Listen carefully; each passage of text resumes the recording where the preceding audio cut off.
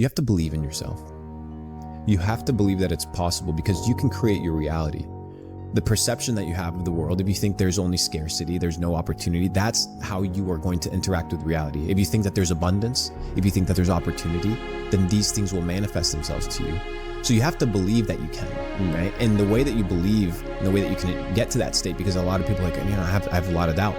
So do I. I have it all the time. Even if at these levels, right? You're doing 7-figure months. Dude, there's people doing 8-figure months. That's hard to fathom. That's hard to imagine. Yeah. But it's still possible. Yeah, of course. Is it difficult? Absolutely. But it's a mindset shift. The ingredient list is out there. You just got to be paying attention. You don't have to reinvent the fucking wheel. There have been successful people before you. There will be successful people after you.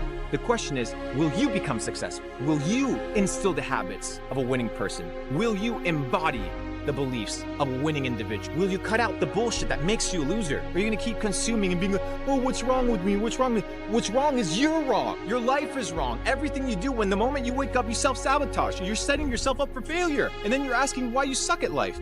You suck at life because everything that you do is sucking and draining you away from your fullest potential. Focus on leveling up. Focus on winning. Every single action, everything that you do, focus on winning. Focus on becoming a champion. And you know what the outcome will be? You will become exactly what you put in. You will become the outcome of your actions. You will become the outcome of your decisions. I'm a winner. And I'm not a winner by what I've achieved. I'm a winner by what I do today. Not what I did yesterday, not by what I do tomorrow, not how you perceive me, but how I perceive myself. Did I cheat myself today? Or did I win? Did I beat myself at this game of life? That's all that matters. I ain't competing with you, I ain't competing with him, with her. I'm competing with myself. Winners win, losers lose. For too long in my life, I wanted to be accepted. Growing up, I lied, I fucking did what I could for you. If you fucking like UFC and I didn't, I love it. I love it, man. Let's go fucking watch it, man. Be my friend, be my buddy. Who is David Goggins? Who am I? So going through all, I did it alone.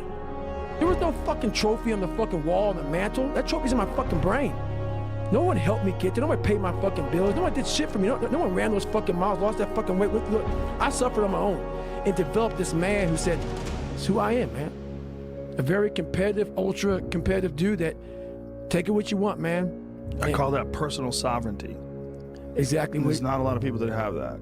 That's me. There's a lot of people that change who they are depending upon what people want from them.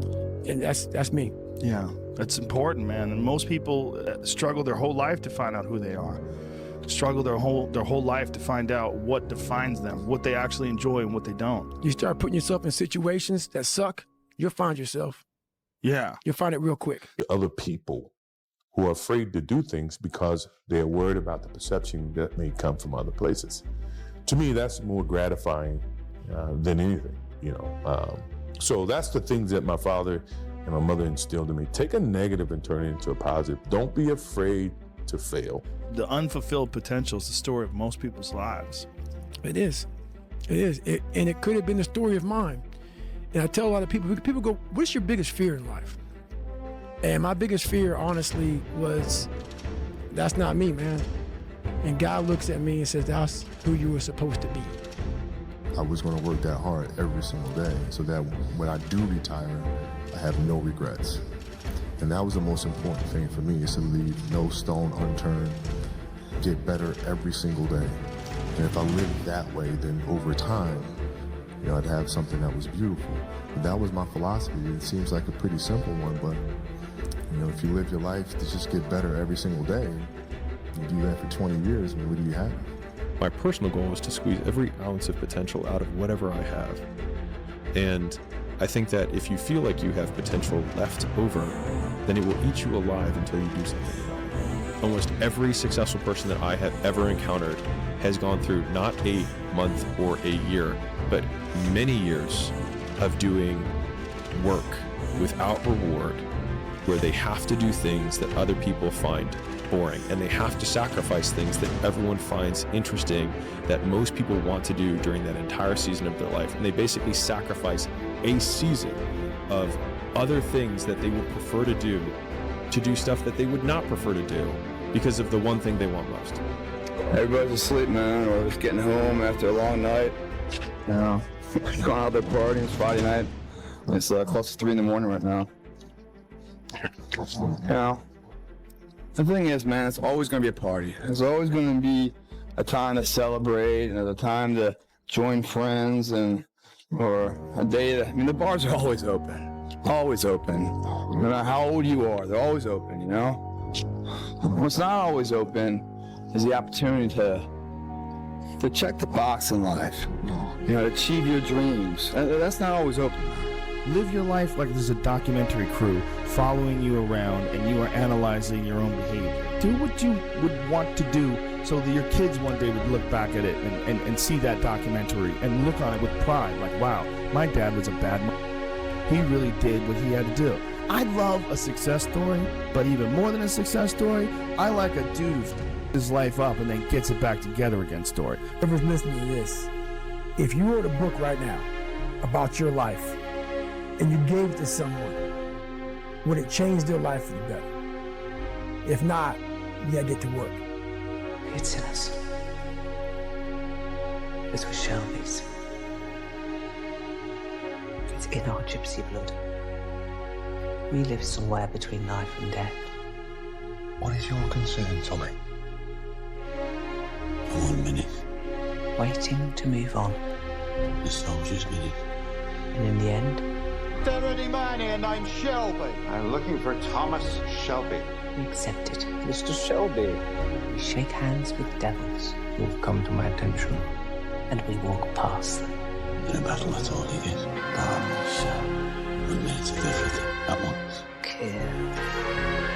Three comparison. Care. That 1 minute. Did you get enough minutes over there? It's another war you're looking for, Tom. You looked at me the wrong way.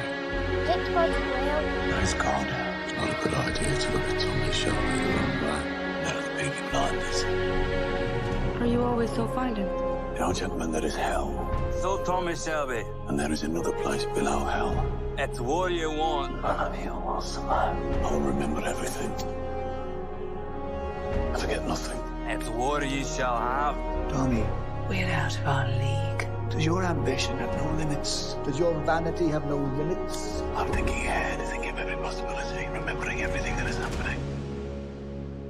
Want to know something about yourself, sit on your bed one night and say to yourself, you got to mean this, like you got to be desperate. This is no game, this. My life is not everything I want it to be, and perhaps it's not everything that I need it to be. And by need, I mean my life is so unbearable that the suffering that's attendant upon that is make me nihilistic, cynical, bitter, resentful, driving the proclivity to see evil everywhere except within my own heart. Like, these are problems, man. And you ask yourself, you sit on the bed and say, okay, man, I'm ready to learn something. What's one thing I'm doing wrong that I know I'm doing wrong that I could fix, that I would fix? It's like, you meditate on that, you'll get an answer. And it won't be one you want, but it'll be the necessary one. You know, and it's often something that will point you to small things. Like, that works. You start making those micro improvements, like real micro improvements, real on the ground, actual micro improvements to things you know that are wrong, you'll improve unbelievably rapidly. There you go. There you go. Energy. Let it out. 7, 8, 9, 10. A machine here. There you go. Nobody works like David in this house. 13. Come on. 14. Come on. 15. Shut that muscle down. 16. Come on.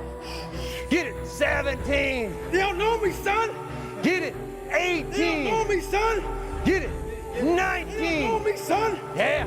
20. You got some more in you. 21. Yeah. Get it again.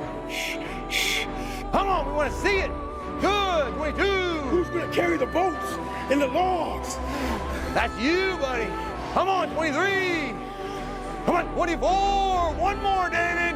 Who's one more to carry the boats? You're gonna do it. You're gonna do it. You're gonna do it. You did it. Yeah.